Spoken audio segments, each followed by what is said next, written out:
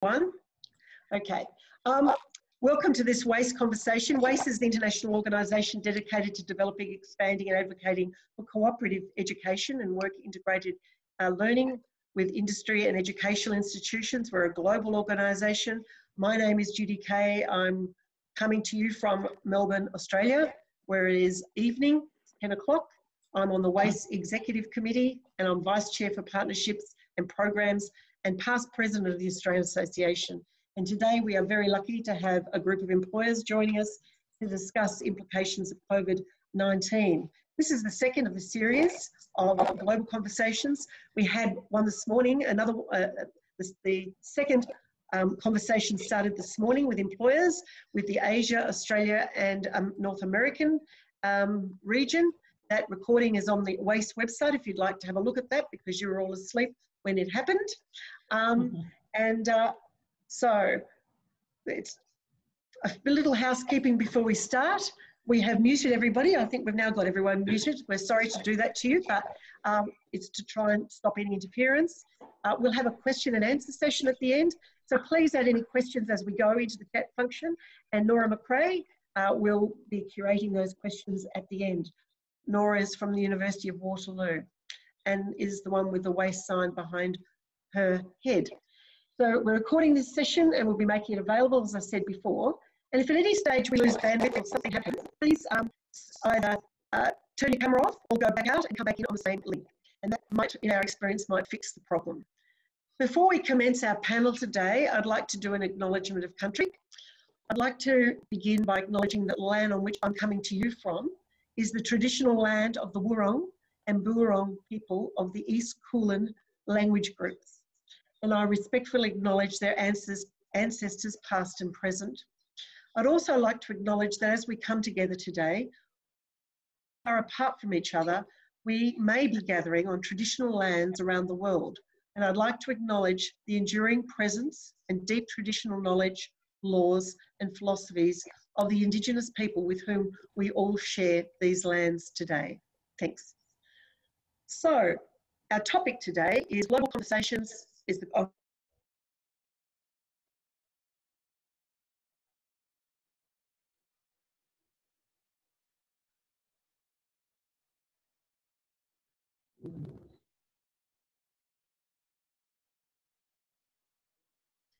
The impacts on tertiary education that most of us in the rooms today are feeling has had a huge impact on the students that we deal with. Work integrated learning students are undertaking placements or cooperative education work terms. For many of those students, they've either had to move on remotely online or deferred their placements altogether. In Australia, a lot of students and perhaps around the world doing professional placements in schools and nursing etc. have had to defer their placements. Innovation and change as a response to this disruption. And so we're now wondering, well, what the world will be like? How is it evolving? What will the world of work be? And perhaps, will it go back to normal? Or is this an opportunity to reset and to take some of these changes forward? In the work that we do, partnerships are absolutely critical with employers. We simply can't do our work without employers. They are completely central to everything we do. And so we're very lucky today to have our employers with us. I'm just going to pause and just ask if anyone's got their microphone on, can you please just check that it's muted, because I'm getting a little sound and I just want to make sure before we start the panel that okay. We've got three fabulous speakers for you today. The first one I want to introduce is Marianne Paul, who's lead of talent acquisition and employer branding from Africa Siemens Energy. Second one is Gemma Smith from the Lancashire Forensic Collaborator. Lancashire is the most amazing title. We can't wait to hear what it's about. The Lancashire Forensic Collaboration Project Manager, which appears to be a partnership between the Lancashire Constabulary and the University of Central Lancashire in the United Kingdom. Welcome, Gemma. And Simon Chan, who's Vice President, Talent, Academy and Future Work from Communitech Corporation in Canada. So thank you very much to the three employers for joining us. We're all very keen to hear what you've got to say. So I'm going to ask them a series of questions in turn, and then we'll have those Q&A at the end. So start to put your questions in as soon as you can. So the first question to each of you, and we'll start with Mary Ann. Can you tell us a little bit about your organisation and how it engages with work integrated learning, cooperative education?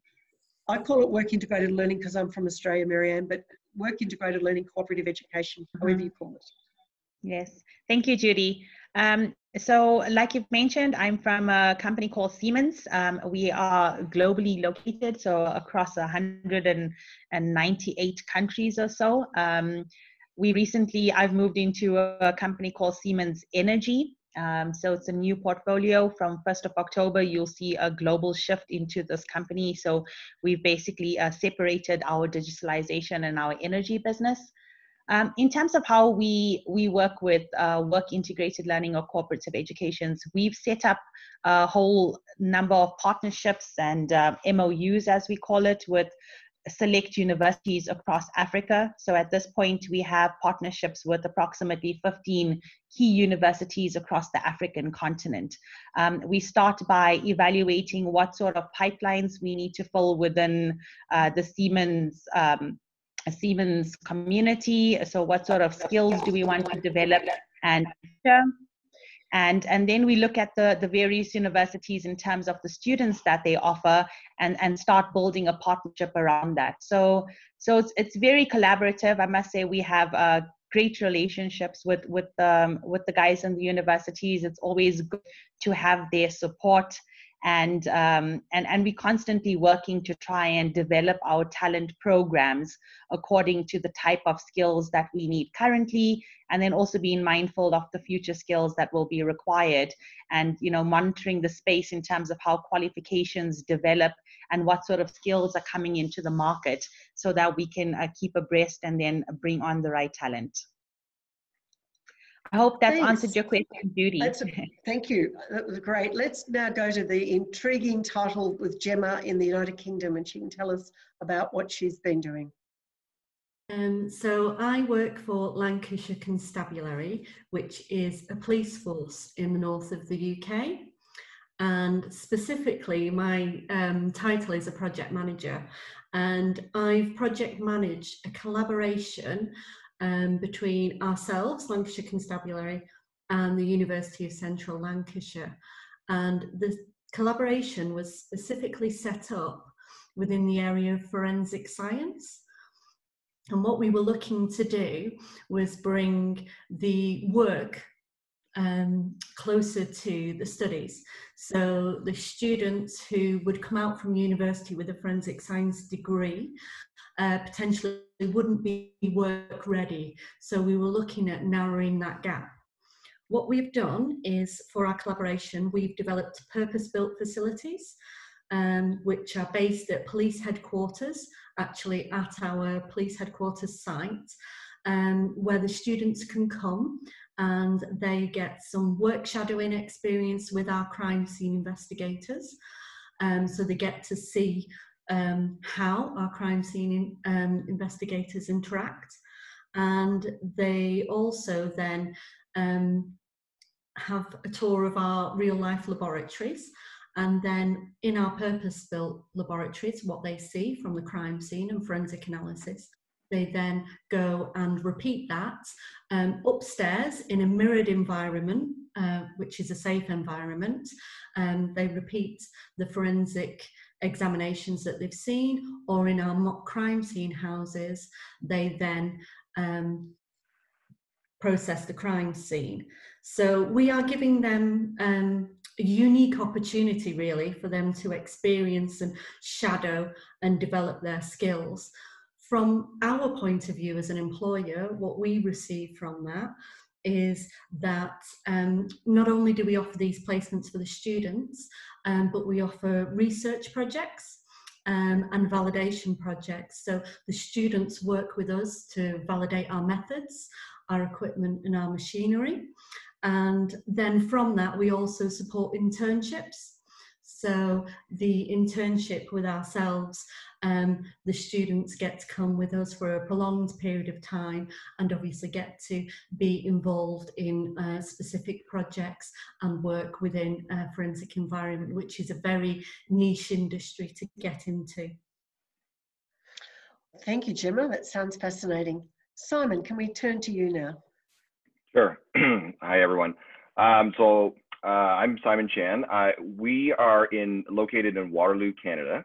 So the best way to orient that is, for those who are familiar with Toronto, that's where the Toronto Raptors are, and they are the champions of the world when it comes to the NBA. And we're just about 100 kilometers west of that. And it's actually a tech ecosystem that's kind of under the radar, but from a density of startup perspective, it's the second most densely populated startup area in North America, next to the Valley. So we have a large innovation ecosystem. And so I work at an organization called Communitech. It was founded about 20 years ago. And it's a publicly funded, privately funded innovation hub. So what we do is we actually support about 1,500 companies from all sizes, startup companies, scaling tech companies, as well as large global enterprise organizations. And what we do is we support them by giving them a bit of a place for them to convene. We provide programs for them to help them grow their businesses. And then we also partner with our local ecosystem, which would include our academic institutions, to ensure that the place itself, the region itself, has the ingredients it needs to be able to grow its companies. One of those core ingredients is the access to talent, and pairing and ensuring that students within our academic institutions have the ability to work with and are profiled to the tech ecosystem that is in Waterloo region. So how we work with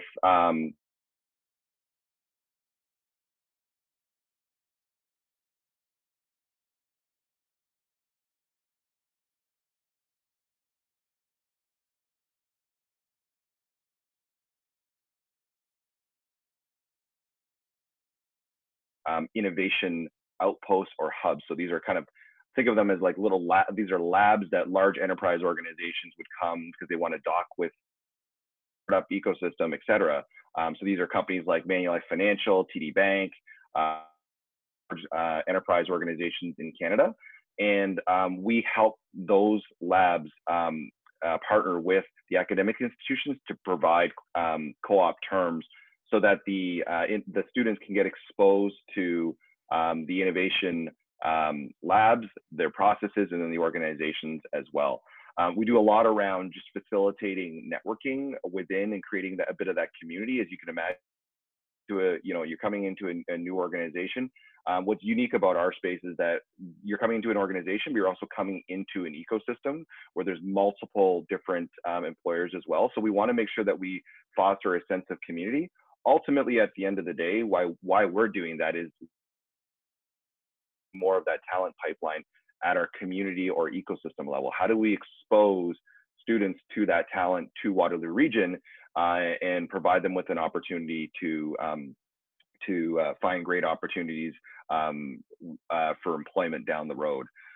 We also, and we'll talk about it a little bit later, we've also embarked more closely on finding ways to build broader and stronger collaborations across the private sector, public sector, and the academic institutions to tackle some of the challenges around the future of work trends. And one of those is obviously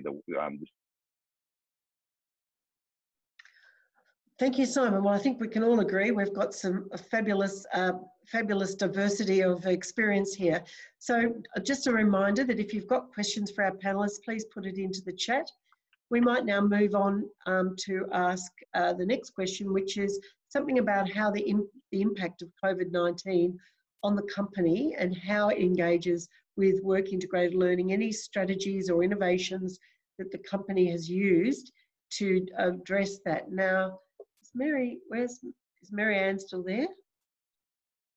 We got Mary Ann? I think she's having trouble with her connect. Mary Ann, I can't. She's coming back in. She went out and came back in. Oh, she went in. Mary Ann, did you hear that question, Mary Ann? It was the next question, which is the impact of COVID-19 on the company and working with work integrated learning. Did you have any comments you wanted to make about that? Yes, thanks, Judy. So I think for us, specifically on the African continent, we've been really slow to embrace embrace digitalization, manual activities as well. So unfortunately, I mean, we are, like you rightfully said, we are in unprecedented times, and I think the benefit for us to come out of this is that we've had to adjust the way we terms with students, getting them the particular training during. I mean, currently in South Africa and a lot of the African countries, we've adopted work from home, so it's been really difficult.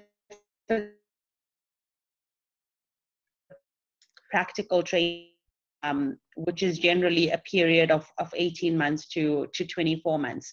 So I think it's forced us as how we create virtual training and online training and development platforms, which is what we've done. So over the past, we've spent time and effort and invested money in terms of creating an online training platform, which is globally accredited programs to assist students to continue to get their online training in order to meet their portfolio requirements.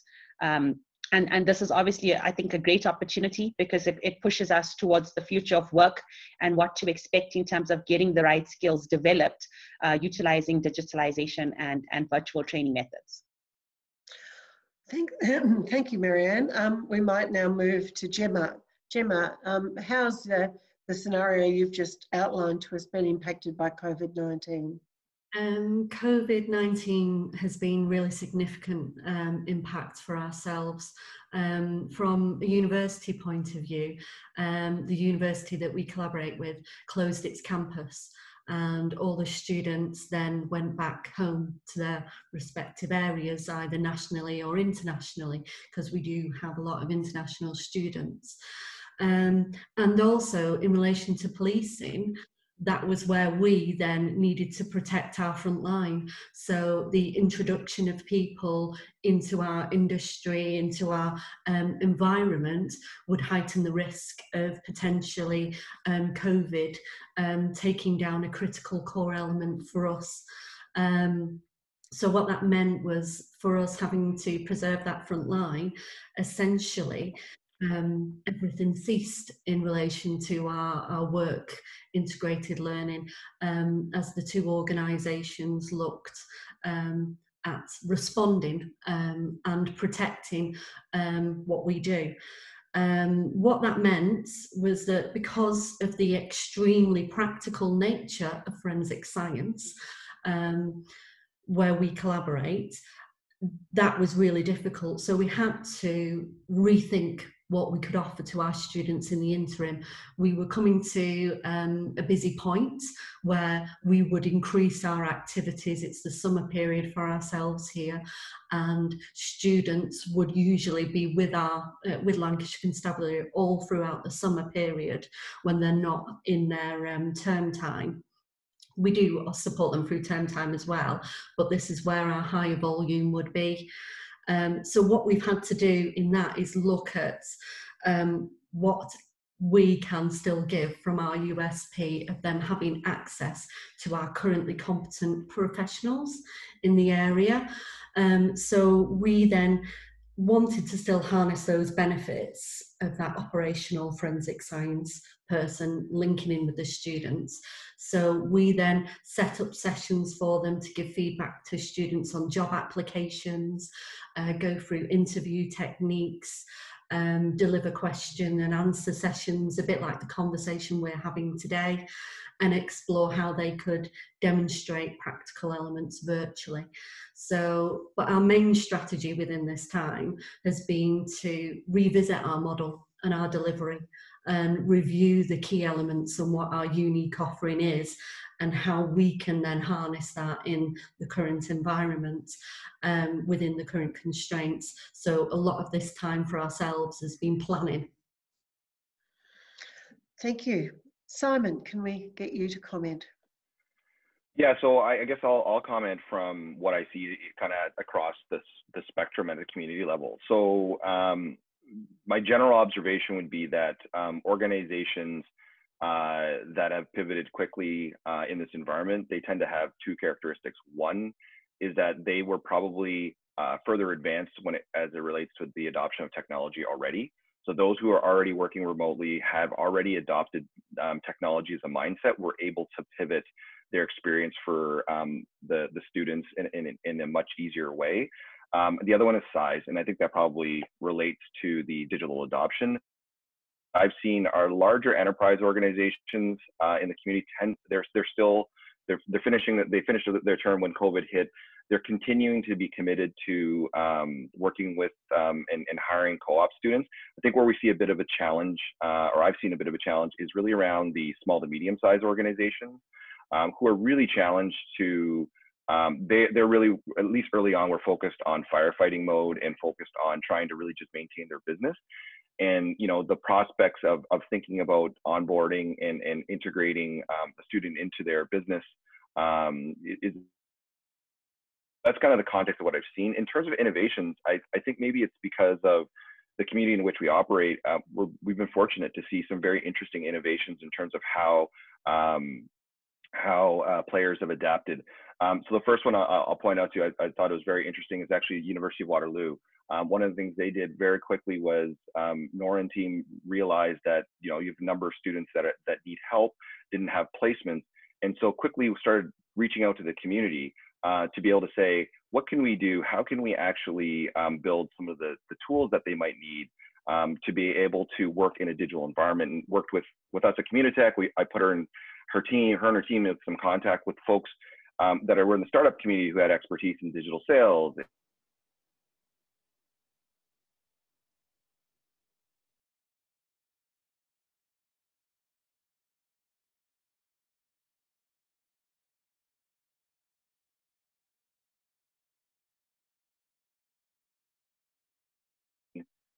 To convert their classes to online, and they took the supply of students that were in need of real life job experience and obviously a work term, and they paired them together, right? And so I think it was 325 students that were quickly deployed into the faculties. I don't know how Nora's team is managing this, but they're managing these, giving them a great experience. So this supply and demand. Second example I'll give you called really at its core is we have a demand challenge of Main Street companies. So think small retailers, restaurants, et cetera, who have a need to operate in a much more digital environment given COVID. And so they typically don't have a lot of support to be able to do that. We built on top of, we started working with some government partners, some private sector organizations, as well as the academic institutions, to find a way to actually create, to build out a platform whereby the organizations that didn't have a digital presence, so think again, small retailers that don't have an e-commerce presence, small retailers that don't know how to use digital marketing. And so we were fortunate enough to partners to get some funding, as well as some in-kind contributions from companies like Google, Shopify, et cetera. And what we've done now is created a 3-tiered model whereby we're providing and helping these Main Street companies by deploying teams of students. So if you think about it, the first tier is an existing tier. This is essentially for small business owners. If they want to set their own e-commerce sites, they can do that, but it's very self-serve. So that was an existing program that existed through the government. The second tier was for organizations who wanted to just simply set up an e-commerce platform, didn't have the expertise to do it. There's students that were hired and partnering with companies like Shopify to basically just set up a simple e-commerce site for them. The third tier that's being developed right now is once you've got that kind of e-commerce platform, a lot of these business owners don't understand how to do basics of digital marketing, how to use video, and how to create they've got a much wider net now, right? Obviously, think of today, the opportunity to work across the country, depending on the retailer, they could actually open up their market. So we're starting to look at how we build student teams. So think of them as like, small teams who are paired with a digital marketing expert, and they're deployed to the business to help them build out their digital marketing strategy. So those are just a couple of examples of innovations where I think what's happened is we're looking at what are the demand live business challenges that businesses are facing. How do we create and access that, bridge that supply of students? And then who are the other players in the ecosystem, government, that can help out, who have a vested interest in making sure that we maintain this work integrated learning model? Well, thank you very much, Simon. That sounds interesting. I can see in the chat that you've those examples have inspired some people in Australia already, so that's fantastic. So don't forget to put your questions in the chat. On now to looking to the future and what the opportunities and benefits you think are emerging from COVID-19. I think we've started to touch on that, but Marianne, perhaps you could, I think you've started to talk about that with digitisation, I think, but could you perhaps elaborate on any other opportunities, benefits you see coming out of this period?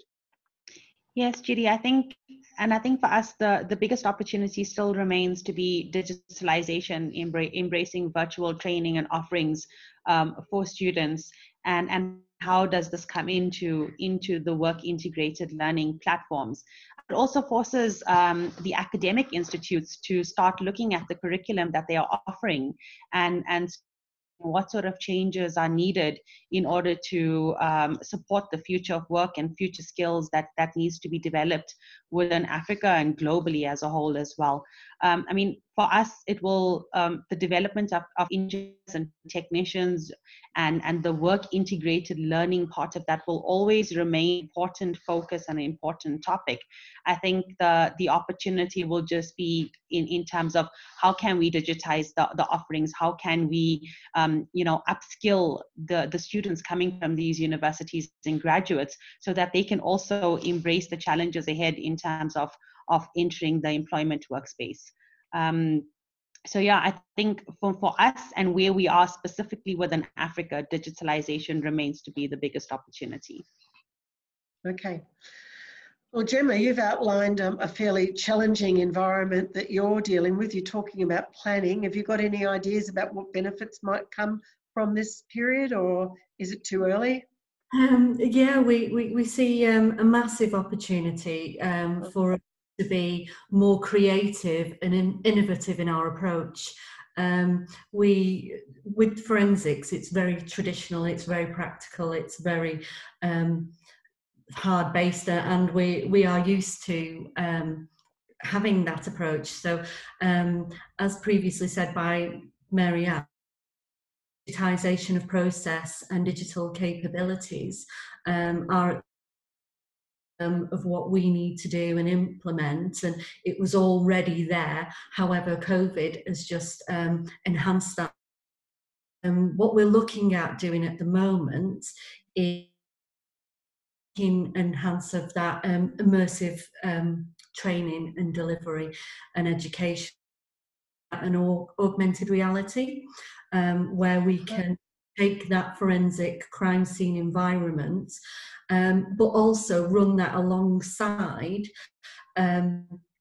gaining from the knowledge and our strategy of world life experience is having that under time pressures for key decisions to be made. So it's almost bringing in that gaming element as well, where the decisions make choices and path that the student then follows, and basing that on real life case examples, so that essentially they make their choices in a time pressured environment, which is our reality day to day, and then takes them down the path of the results that are obtained for that case.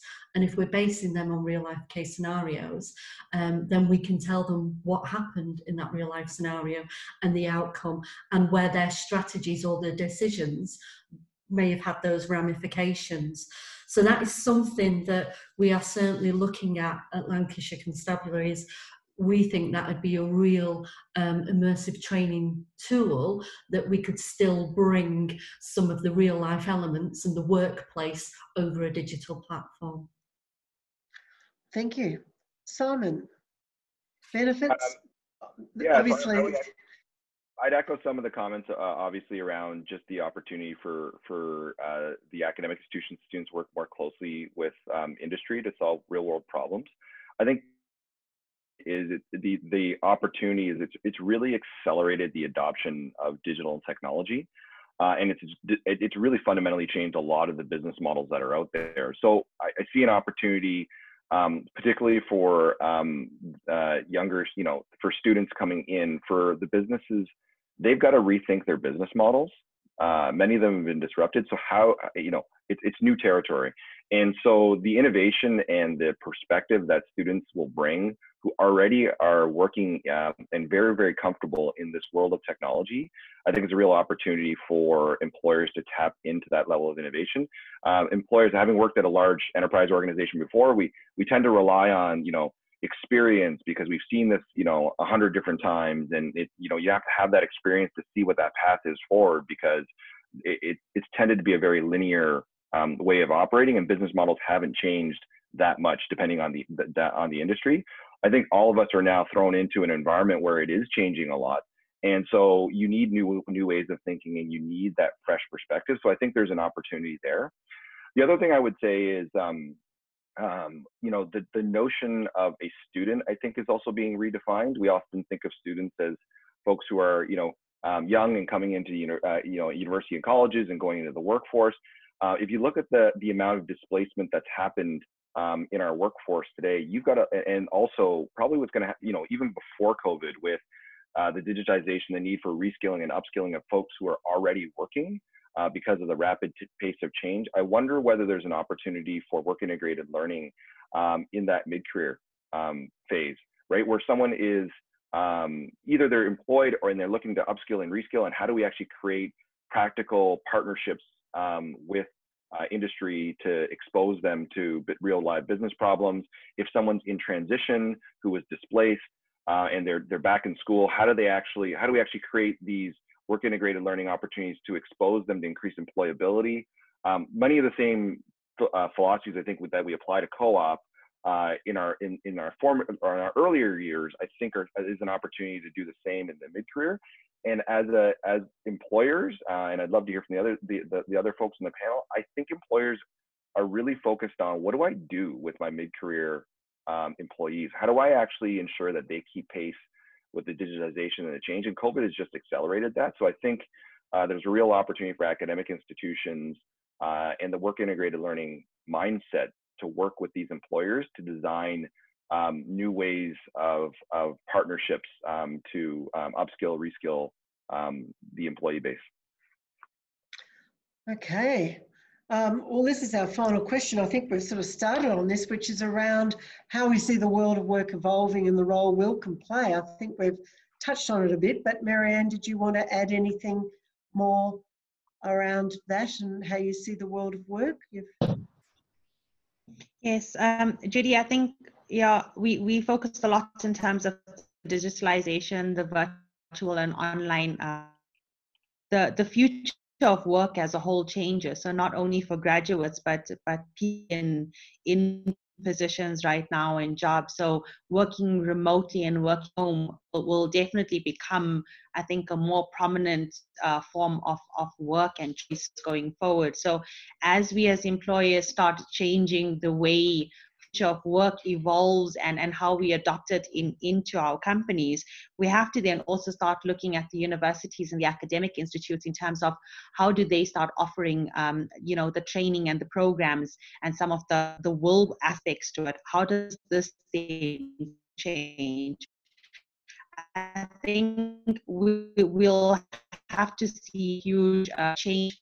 The students are offered qualifications. I mean, for example, in South Africa, one of the challenges, 90% of students who go on to study theory for their diplomas because of the way WIL is structured right now and because of how this has not evolved. So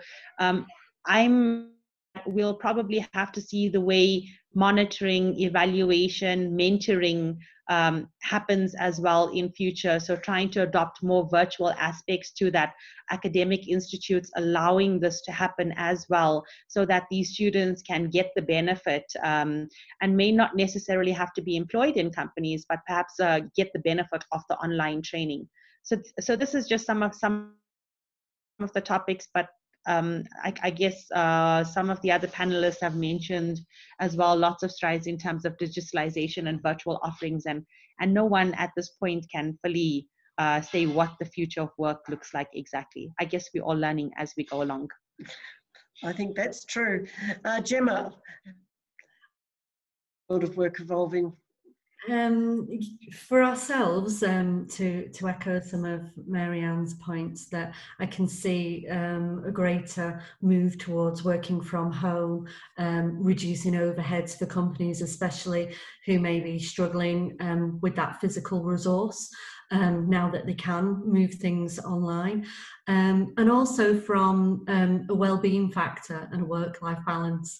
I feel that COVID has potentially brought about that to the forefront of people's minds, about that work-life balance, and how their well-being is impacted by work and their home life. From a training and teaching point of view, from ourselves, I can see the development of virtual laboratories, some live streaming, real-time kind of interactions, digitally and remotely.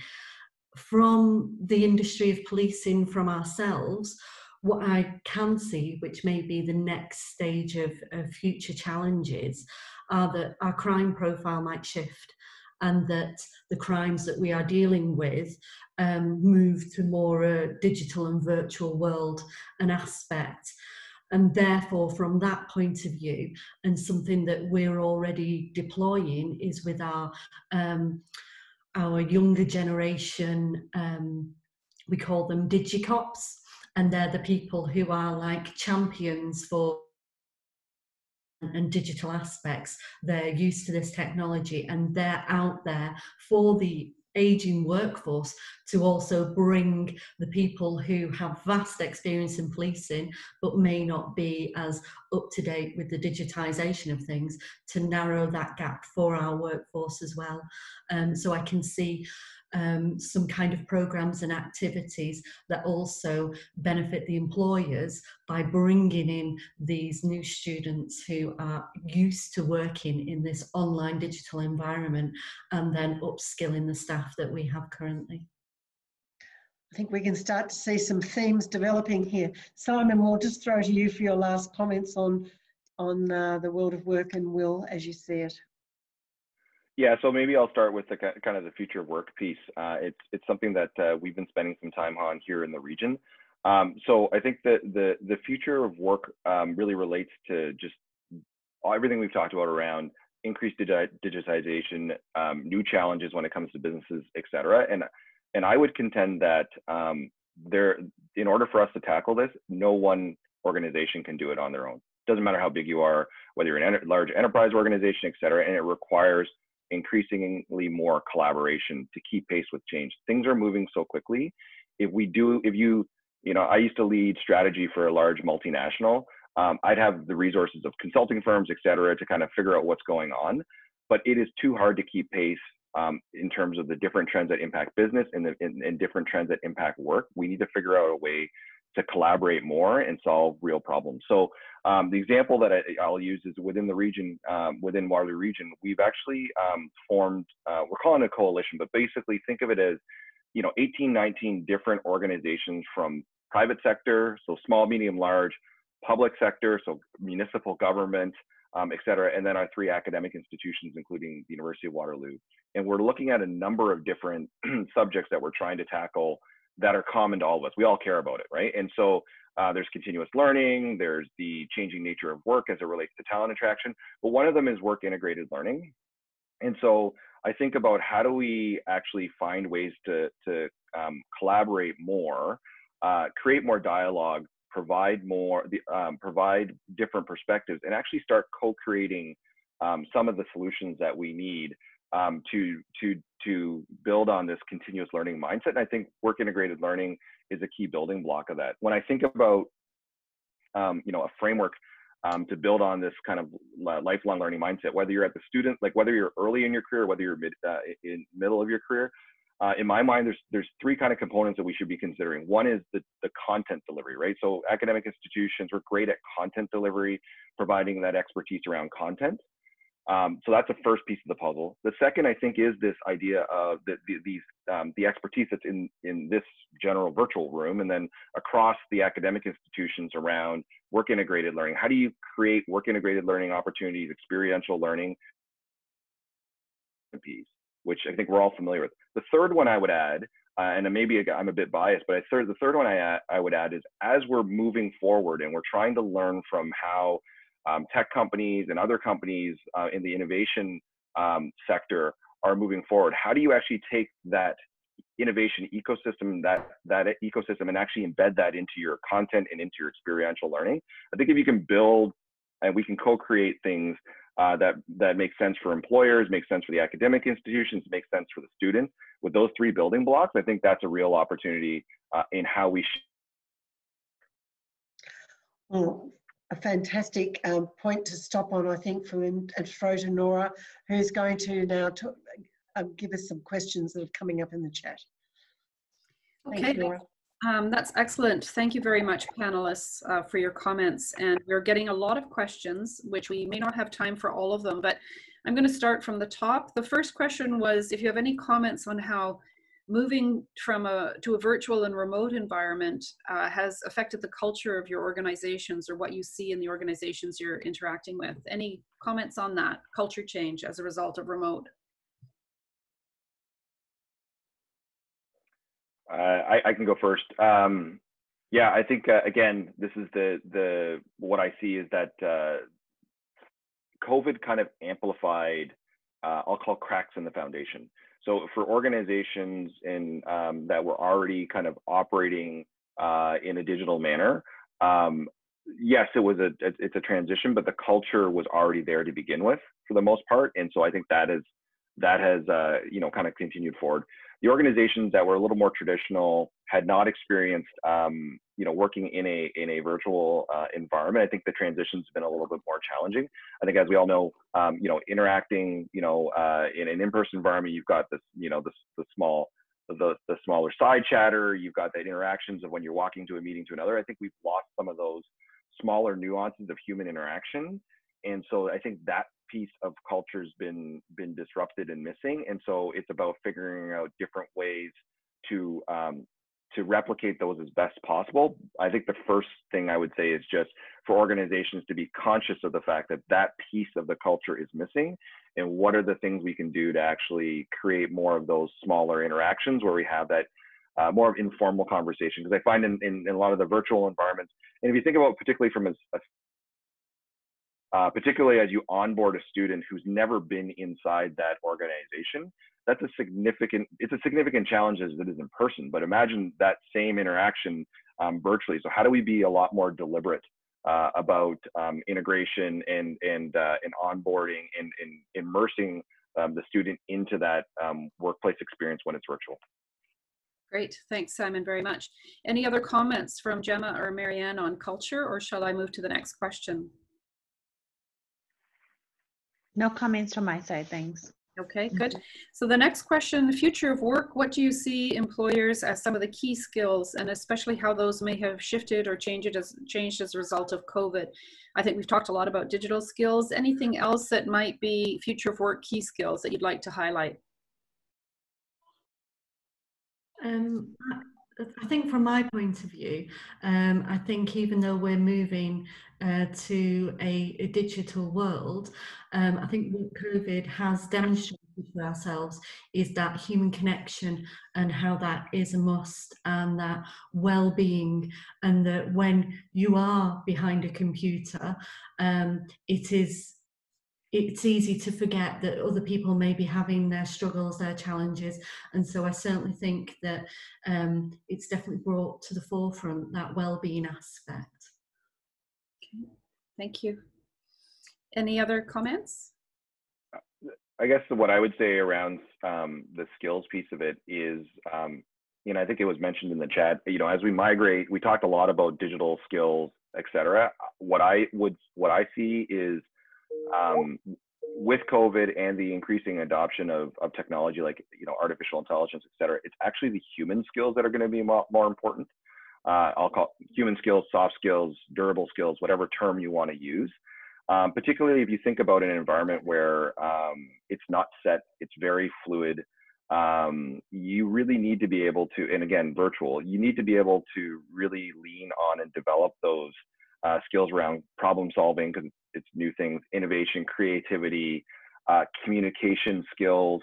You know, Gemma talked about, you know, the well-being piece, that resilience piece, and the ability to self-manage and empathize with others. I think those are all those key skills that are so hard to kind of measure and develop, but I think those are increasingly going to be the skills that are going to be required to navigate the future of work. And so I guess the question for this group is, how do we begin to create, you know, environments, how do we and continue to develop those skills for our students, because those are going to be critical skills moving forward. And I think in a virtual world, or even a hybrid virtual in-person world, if we can get back to some sort of hybrid model at some point in time, those are increasingly going to be the skills that are required to navigate the workplace in the future. Great. I'm going to move on to the next question, but very important question you posed for us, Simon, as educators, is how do we build those things in? This is a question, as we continue to embrace digitalization and digital technology, how do we ensure that a student's socioeconomic status does not hinder their ability to embrace or take full advantage of potential opportunities? Very timely question. Any comments from the panelists?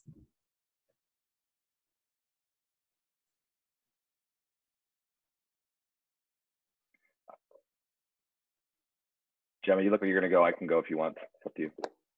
Feel free, Simon. I just think we need to. Do we need to be conscious of the challenges around access, like, you know, access to technology, biases around, you know, the knowledge and access to different forms of working. We can't just assume that everybody has all of that and everybody's at a level playing field. So I think as we look at how we develop programs, just being conscious socioeconomic background and conscious of our own, just you know, the et cetera, that play into the ability to access technology, et cetera, it's going to be important. I mean, you know, working in the tech sector, I'll be open and say that we're not great at that, right? We kind of assume that everybody has this base level knowledge or access to technology and can work that way. And I think as more and more industries are moving towards that, we just have to be conscious of the fact that not everybody can work remote. There's jobs that don't exist in that manner, and just being and interact with our employers, I think will be important in ensuring that we can bring everybody. If I can just add to Yes. Simon's comment, I think from our point of view as a constabulary, it's about that engagement with the community, and obviously for people of lesser socioeconomic status within the community, it's how we do those reach out programs and how we engage those individuals from various different communities and backgrounds, support funding for them, and how can we enable them to have access to the technologies? Is it by innovation hubs? What can we give back to the communities as business and leaders that can help make that less of a challenge and a boundary? Okay, so again, sort of speaking to that ecosystem concept, Gemma, where we're kind of all collaborating in a way so that a rising tide lifts all boats, as it were. Marianne, did you have any comments on this question? Yeah, thanks. I think for us in a lot of the African countries, a large majority of people don't actually have access to infrastructure and tools and to be able to work remotely and to be able to virtually connect into programs. So it's going to be a mammoth of a task for the government and business leaders alike to try and provide access across the board. Like Simon says, we have to be mindful of, as employers, that we need to take our people along on the journey and holistically as well. So this, I foresee, would be a massive challenge and is a constantly topic of focus for us. I mean, a really silly example, but something that we were faced with in our workshop environments currently. We have at least 80% of our staff across some of the African countries who don't even have access to a smartphone. So one of the tasks we had to take was trying to get everybody throughout this COVID-19 and provide communication. So it's little things like this that we have to be mindful of going forward and just cannot take for granted granted that these tools are readily accessible and available. Very good, thank you. Another question has come up about students as reverse mentors. And Gemma, you mentioned this with your DigiCops example, but a very good example of students or young people or new recruits who have those skills, being able to bring that into workplaces and reverse mentoring in a way. And this concept of, and I think, Simon, you mentioned it as well, some of the organizations that needed this capability, it didn't have it, and bringing young people in to help, for example, with the Digital Main Street. Any comments on that idea? I think it's something that is going to be a fundamental need as people are having longer careers. Retirement age goes up and up. Obviously, they can't de-skill as they progress, and by pairing the life experience with the digital capabilities of youth and that open, innovative growth mindset almost can have positive benefits for industry and for the workplace itself. We see that because we run training courses for professionals as well, that we try to put some of our students and have them on there. Actually, for our very experienced professionals who are in that room, they get re-energized from that interaction. So that kind of reverse mentoring does have benefits, very much so, for people who are experienced. So the knowledge transfer doesn't go one way from the experienced member of staff to the youth. It does work both ways. Great. Okay, I think we may have time for, or I'm sorry, Simon, did you want to add something? I was just going to say that I totally agree with that. In the example I'll use is when I look at, we work a lot with startups, right? And so startups, a lot of what I've observed, and I used to work in large enterprise, and what I always find interesting is the successful organization. Startups tend to have really, really good ideas. They're really, really great with technology, but a lot of them have never run a business before. So they have all these great things, and you see startups build out companies, but they don't have any practical knowledge of the industry or that they're trying to work with, how customers actually work, how organizations actually work. And on the flip side, you've got organizations who have, where you've got plenty of that knowledge, where they understand how to manage a project, structure a business, how does sales and marketing work. The most successful companies that I see that are start from a startup, scale up, et cetera, they combine the two, right? They figure out a way to recognize the fact that innovative mindset, the technology is really important, but they also respect the fact that running a business, et cetera, is really important as well. And so I think this reverse mentoring notion is really important. I think a lot of it is getting the folks who are traditional, who feel like they've lived all this and have all the answers, to recognize that they don't have all the answers, and that's okay.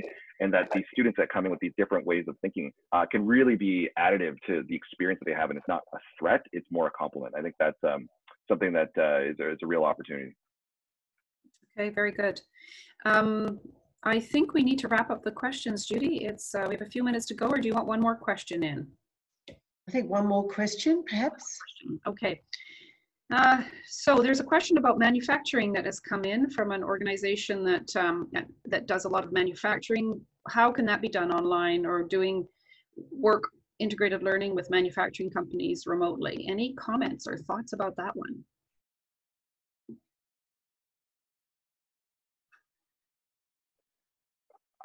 I don't have as much experience in manufacturing, but I think just riffing off what Gemma had said is I think technology like augmented reality and virtual reality, I've seen some of those types of technologies used for health and safety. So there's a startup in town that I know has virtual reality and augmented reality as a way to prepare somebody for a health and safety test, navigate around a plant, et cetera. That may be some of those ways to start doing incorporating virtual into the manufacturing landscape. But that's probably the best example I can provide in terms of how to start looking at a virtual world within the manufacturing sector. Okay. Well, I think we need to wrap up. I think Marianne had wanted to say something. Did you, Marianne? So I just wanted to add on to that, Judy, in terms of what Simon said, in terms of Siemens, that we've actually also launched this virtual reality training program within the power plants, and allowing students and also junior engineers to access pain points through some of the and there's these tools to physically try and train within a plant. So a success globally in terms of allowing students within the manufacturing space to develop their skills. Well, thank you very much. I'm going to wrap it up now because it's nearly close to the hour, and I just want to thank the panelists for what I think we can all agree, and I've looked at the chat, an absolutely fabulous session. We've got people saying it's sad that it's over. So thank you very much, Marianne, Gemma and Simon. You've really given us a very rich conversation today, and you pointed out some of the opportunities that COVID-19 presents, but also some of the challenges and some of the issues that we really need to be mindful of, the access and equity for people to move forward. So thank you very much. I want to thank all of you for joining us today with this WACE Global Conversation. In the next day or so, you'll get a survey from me, which will give you an opportunity to give us some feedback on this session, and also to give us some ideas about what you'd like WACE to do moving forward. The recording will be available very shortly, perhaps in the next day. This morning's one is already on the website, so if you want to hear more and you want to hear a different perspective, you've got the Asian Australians all on the WACE website right now. We've got the WACE newsletter will come out shortly. If anyone wants to put any news or items, resources into that, please email me. You've now got all my email address. The WACE website has been refreshed. There's lots of information there, membership information. And the next thing to tell you is it's not over, because we've just planned a conversation which will be on the 30th of July, and it's going to be about research areas and questions. It's about research, what research approaches and questions around work integrated learning. And Jul2020 from University of Waterloo is organising the 2 sessions. The panellists will be up on the website in the next day or 2, but probably the registrations will open tomorrow. So please go there and register and keep joining WACE for more global conversations. Thank you. I think we're exactly on the hour. Thank you again to our panellists. Thank you, Marianne from South Africa. Thank you, Gemma from the United Kingdom. Thank you, Simon from Canada. It's been an absolute treat to listen to you today. Thank you very much. Thanks, everyone. Bye. Bye-bye. Thank you. Bye-bye.